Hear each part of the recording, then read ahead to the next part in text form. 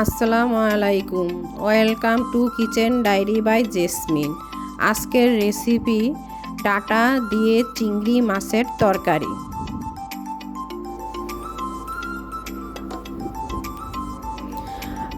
আমি একটি কড়াই বসিয়ে নিয়েছি, পরিমাণ মতন তেল দিয়ে দিলাম, কুচি করা পেঁয়াজ দিয়ে দিলাম, স্বাদ মতন লবণ দিলাম। এখন পেঁয়াজটাকে তেলের সাথে ভেজে নিব।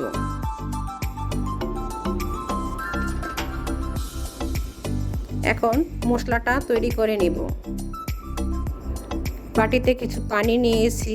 এখন আধা চামচ হলুদ গুঁড়া, আধা চামচ মরিচ গুঁড়া, 2 চামচ ধনিয়া গুঁড়া, আধা চামচ জিরা গুঁড়া,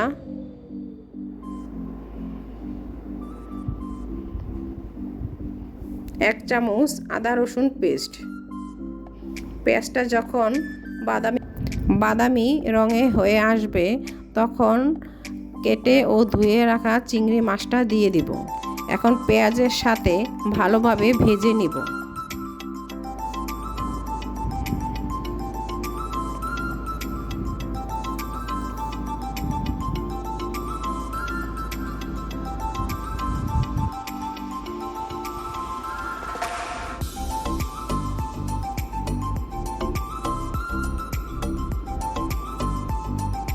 চিংড়ি মাছটাকে ভালোভাবে ভেজে নিতে হবে। এখন গোলানো মশলাটা ঢেলে দিব।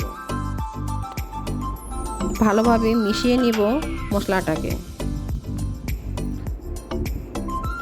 মশলাটা যখন কষানো হয়ে যাবে তখন বুঝতে হবে তেলটা উপরে ভেসে উঠবে।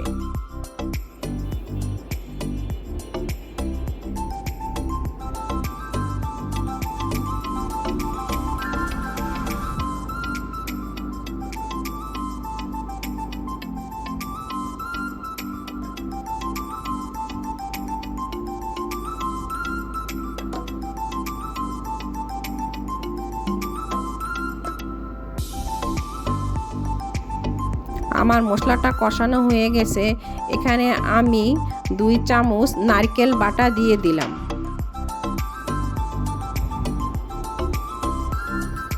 আবারও মশলাটা নারকেলের সাথে মিশিয়ে ভালোভাবে কষিয়ে নিব।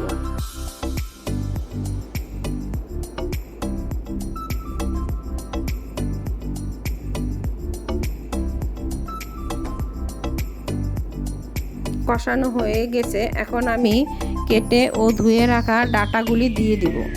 মশলার সাথে ভালোভাবে মিশিয়ে নিব।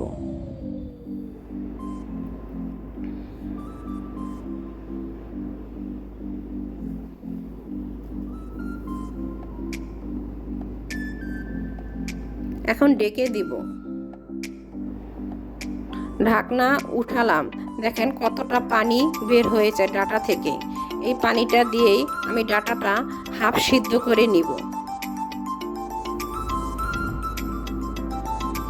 আবারও ঢেকে দিব।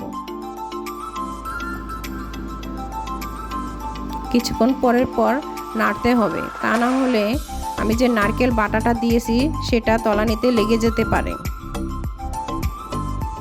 যখন হাফ সিদ্ধ হয়ে এসেছে ডাটাটা তখন আমি গরম পানি করে পর্যাপ্ত পরিমাণ পানি দিয়ে দিলাম।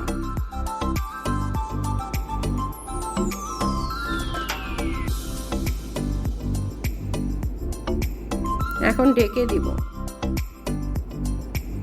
বলক এসে গেছে। এখন ঢাকনাটা উঠিয়ে কিছুক্ষণ নেড়ে দিব। যখন পানিটা হালকা শুকিয়ে আসবে তখন তরকারিটা নামিয়ে ফেলবো।